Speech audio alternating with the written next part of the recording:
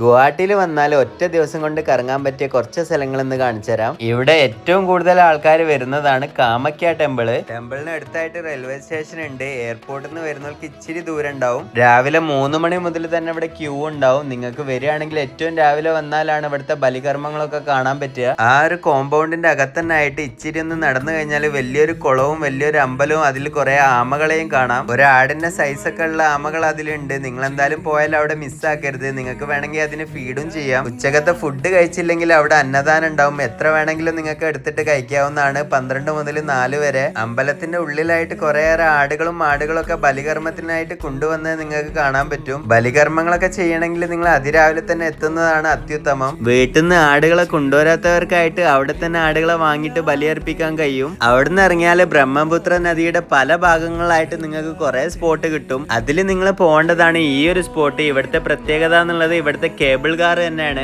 100 രൂപ മാത്രമുള്ള ഈ ഒരു കേബിൾ കാർ യാത്ര എന്തായാലും വർത്തിട്ടാണ്. അങ്ങനെ അതിന്റെ അപ്പുറത്തെ സൈഡ് എത്തി കുറച്ചൊന്ന് നടന്നാൽ ഈ ഒരു ടെമ്പിൾ കാണാം. ഇവിടുത്തെ ഓരോ ടെമ്പിളും ഓരോ രീതിയിലാണ് ഉണ്ടാക്കി വെച്ചിരിക്കുന്നത്. അത് കഴിഞ്ഞാൽ നിങ്ങൾക്ക് വെറും 5 രൂപ കൊടുത്തിട്ട് ഫെറി യാത്രയിൽ പോവാം. ഫെറിയിൽ നിങ്ങൾക്ക് പല പല കച്ചവടക്കാരെയും പല കാര്യങ്ങളും കാണാൻ പറ്റും. ഈ ഒരു 5 രൂപന്റെ യാത്ര നിങ്ങൾക്ക് എന്തായാലും വർത്തിട്ടായിരിക്കും. ഫെറിയിൽ നിന്ന് ഇറങ്ങി കഴിഞ്ഞാൽ നിങ്ങൾക്ക് ഈ ഒരു ശാന്തമായിട്ടുള്ള വേറൊരു ടെമ്പിൾ അവിടെ കാണാം. അത് കഴിഞ്ഞ് നെഹ്റു പാർക്കും കൂടി കഴിഞ്ഞാൽ അന്നത്തെ ദിവസം കലാസ്.